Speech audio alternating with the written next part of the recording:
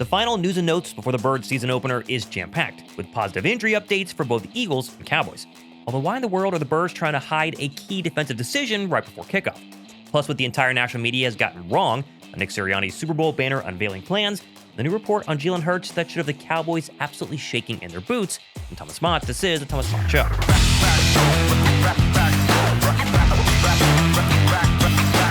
All right, well, we've made it. Eagles versus Cowboys, with all eyes on the season opener. Now, last-minute news from both sides that might come as a big surprise.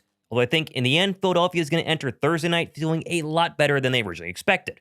Oh, and that's a double-sided comment because the actual weather for Thursday night in South Philly, about 75 degrees and partly cloudy.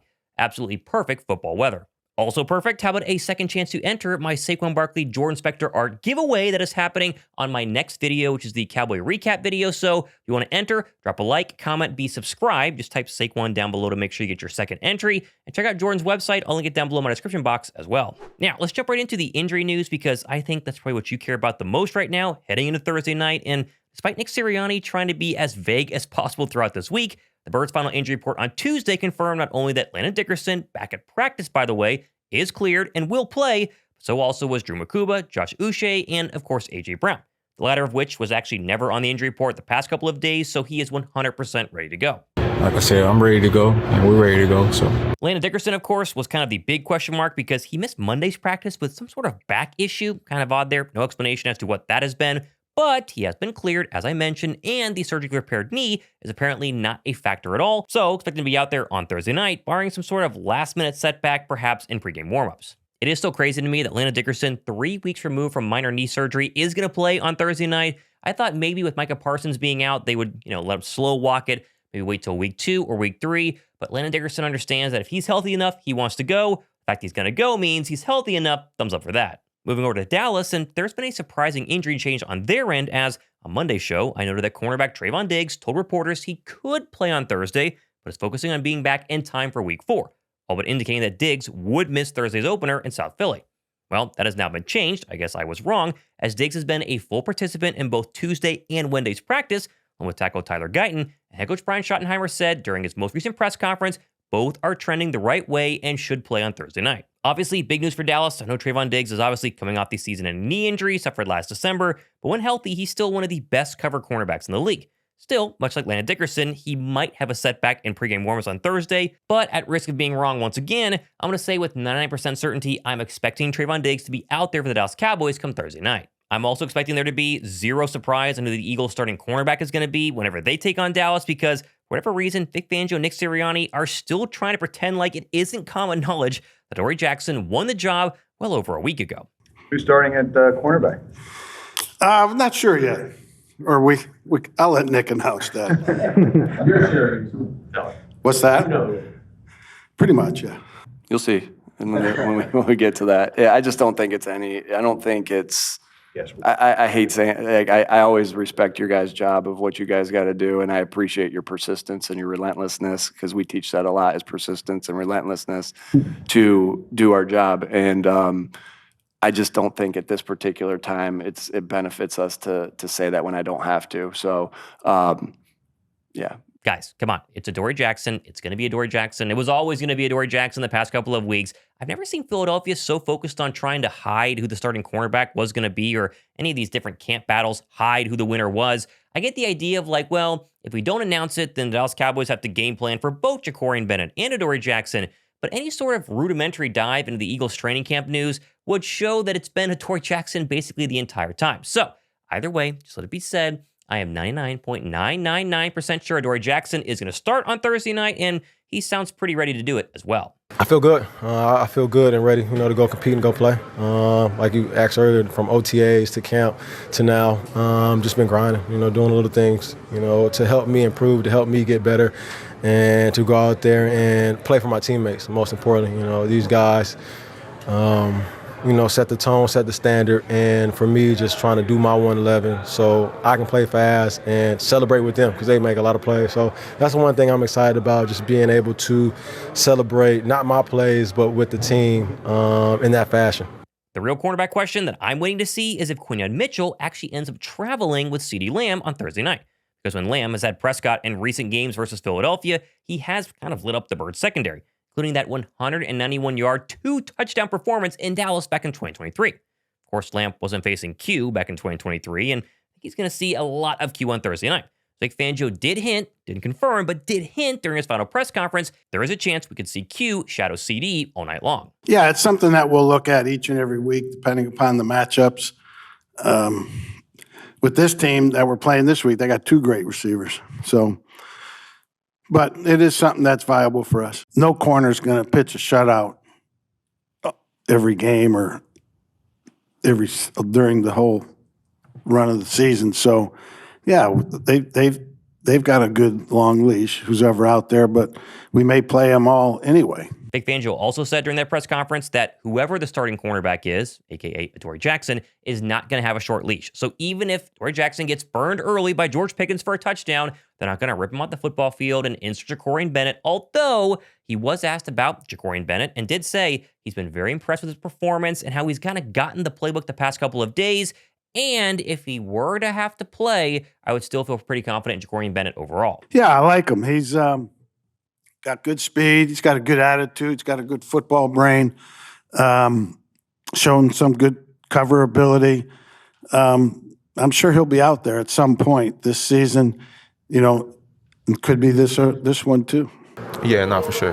Yeah, I'm feeling comfortable, and man, I'm just out here just having fun, man, and trying to do what I got to do to help the team win. Last but not least on the who's starting front, which obviously is the big news in Philadelphia right now, expect Sidney Brown to be your down 1 safety on Thursday, but maybe not the starter for the entire game. Philadelphia has hinted all training camp long that we could see, for instance, Cooper DeJean in different safety packages, and perhaps even rookie Drew Mukuba, the latter of which I think quote-unquote won the starting job, but obviously will not start on Thursday due to a lack of reps in Fangio's system because of his 2 separate training camp injuries.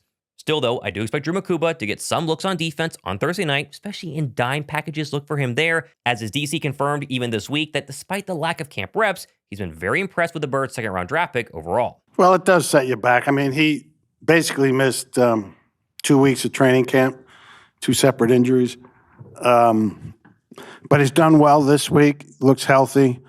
Looks like he's done a good job of staying on top of things and done well with the reps he's gotten in practice. So I do think, you know, as it pertains comparing to other rookies, he's done well overcoming those obstacles. I feel good about it. I feel great about my preparation and what I got to do. Whenever my name is called, I'm ready to go up. Now, flying over to the fact that it's banner night for Philadelphia, in case you haven't heard, because apparently Nick Sirianni, he made headlines yesterday during his final press conference claiming he did not know it was officially banner night, that Philadelphia's players and coaches will not be on the field to see that banner drop. Yeah, I didn't know it was banner night. We won't be out for that.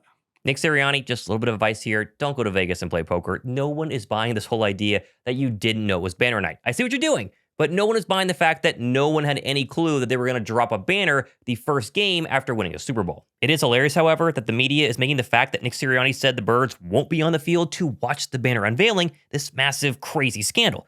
As if every NFL Super Bowl champion has always been on the field to see their banner unveiled, and Sirianni is depriving the Eagle players of this historic moment. Just a little bit of digging shows this isn't even remotely true. For example, the Eagles themselves during the 2018 season opener were not on the field for the banner unveiling. In fact, I went back and watched the Rams opener in 2022, no players on the field here, and even most recently, how about the Chiefs unveiling their bevy of Super Bowl banners? Absolutely 0 players on the field for this moment. And that's because historically, unveiling a banner happens before your football team runs onto the field. Happens like 10 or 15 minutes before because the owners come down to the field, they're holding the Super Bowl trophy, they're talking to the crowd, you're trying to hype up the fans, they unveil the banner, and then the team runs out onto the field. This is not some sort of historical, unprecedented norm where it's like, no, you guys cannot watch. This is what every single Super Bowl winner has done. As far as I could go ahead and look back, it's not a big deal, and yet the media, because it's Nick Sirianni and the Birds, are trying to make it one. Love this or hate this, don't get me wrong though, I do love the Eagles' mentality on this whole issue entering the season. The past is the past. Now contribution over credit is the mindset. I mean, how about Saquon Barkley's answer, for instance, to the exact same question after practice yesterday? It's about perfect. Probably not. You know, see it fall down, put a smile on your face, but then gotta go right to work. Got a division opponent coming in on a Thursday night football game and start of a new season. So, what we did last year was special. And it's going to be cool to have that moment, but most important thing is win that football game, and that's where our focus is. I think from the outside, I think the city and everybody has been talking about it, but this building has been locked in. We put that to bed long ago, and like I said, we just ready to go. That's over with. A lot of players didn't even experience that, so that's over with. Honestly, though, like most of you guys, I'm very confident in the defending Super Bowl champions opening up a can of whoop butt on a Micah Parsons-less Cowboys defense come tomorrow night. My only real concern lies with the Cowboys offense and how Vic Fangio plans to utilize new starters at all three levels of defense to slow down Dak, CeeDee Lamb, and George Pickens. Philadelphia's last 3 season openers were very rusty on at least one side of the football, with the Birds' defense giving up 35 on the road in Detroit to open 2022, and then last year, down in Brazil, they were rather porous versus the Packers. Philadelphia's big struggle early on last season was not starting fast, both offensively, but especially defensively as well. So I love the fact that Vic Fangio addressed this during yesterday's press conference and explained there's a new mindset and plan heading into Dallas Week 1. I hope not. I don't foresee that. I think that's overplayed a little bit, what happened those first 4 weeks, but no, I think we're ready to go because we still have a lot of guys that were here last year and guys that we expect to be improved from last year. I just think, the first game last year, we probably did too much as coaches schematically, which somewhat was my fault. Gave up too many big plays because of things we weren't playing correctly. It was more so than execution. It was execution, but we shouldn't have been playing them that early. I had too much confidence in what I thought they knew in that first game. The second game, we just didn't play the run well. The third game, I thought we played great. And then the fourth game, our entire team just got slaughtered. So, and then I think the fifth game, we had a game come down to the wire against, I think it was Cleveland. Yeah. So, it's there. I'm not saying it wasn't, but it wasn't like all of a sudden a light went on. Now, one player who hasn't started slow in any really of his Week 1 games has been Jalen Hurts, who despite the very early interception in that Green Bay game in Brazil, has thrown 6 touchdowns in his last 4 season openers at a quarterback rating over 80 in all 4 of those wins. And now there's a new report surfacing this week that indicated the 2025 post-Super Bowl version of Jalen Hurts might be unlike anything we've ever seen so far. Someone close to him shared with me that Jalen views this season so differently than he has every other year because now that he has the ring, it's a completely different mentality. The pressure's off, right? He's done it now. Yeah. So now it almost feeds into the confidence that he's done it. He knows how to do it. He knows how to win in the big moments. I think a quarterback last year we would not have said was the reason why the Philadelphia Eagles could win a Super Bowl is my reason for this year why I believe that they can. That one clip right there from Dana Rossini saying that Jalen Hurts' mindset is completely different, that should be the only clip you need to watch to get hyped for Thursday's game. Like, out of all the hype videos you can watch, the fact that Jalen Hurts, who just won a Super Bowl, has a completely different, way more relaxed, low-key mindset heading into this year, man, that got me hyped for what's going to happen on Thursday night. If Rossini is right here, and Jalen Hurts has this immense weight lifted off the back post-Super Bowl MVP, and can now play free and not worry about anything, we could be in line for a 2022 caliber Hurts performance where he throws touchdowns, runs all over the place, but is much more calm and in control in the big moments, especially like we saw during overall the playoff run. Philadelphia's offense, as we know, is loaded. There's zero reason to backtrack, but what happens if they are, say, 10% better, just because Hurts reaches a new gear?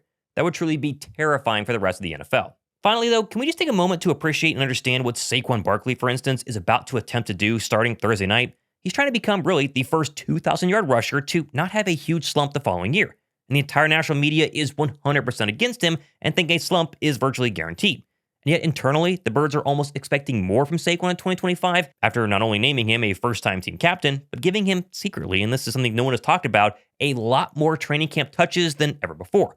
Plus, pair that with all the external praise, or I guess pressure, of being the #1 ranked player in the NFL Top 100 just the other day, and now unveiling a brand new Amazon Prime docuseries debuting in October following his entire historic 2024 season. Barkley this season isn't just trying to stay healthy, he's trying to continue his now life purpose of showcasing the entire NFL just how valuable the running back position is and will be.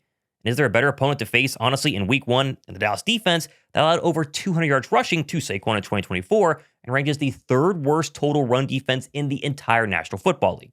I know, I just gave Jalen Hurts a ton of praise, and rightfully so. I think he's going to ball out this year, but I feel like the league is sleeping on the fact that Saquon Barkley is still the same player, if not better than what we saw in 2024. And I think if you forgot what he did last year in the Birds opening game, you might be surprised just how impressive he is under the lights on Thursday night. Now, be sure to go ahead and drop your score predictions down below. I'm thinking Philadelphia wins. I don't know if they're going to win massive. Like maybe there's a little bit of a lull or a slow start. Maybe Dak and Ceedee have a pretty good game. I think they win by more than 7 points, but is it going to be 41-7? I don't really see that. But again, your comments down below in the comments section in terms of the score prediction. And of course, be sure to comment Saquon Barkley because the giveaway is happening on my next video, which is going to be probably on Friday morning. I'll announce the winner at the end of that one. So if you want to win the Jordan Spector art piece here, Saquon Barkley, be sure to go ahead and leave a comment. I love this thing. I wish I could keep it, but one of you guys is going to go ahead and win it. Obviously, myself and Josh Davis, we're going to stream the game on Thursday night, so be sure to go ahead and tune into that. Going to have a ton of fun. Come watch the game with us. I'm pumped. Next time you see me, live at least, it's going to be for an Eagles football game, and I cannot wait. I'm Thomas Mott. This has been the Thomas Mott Show.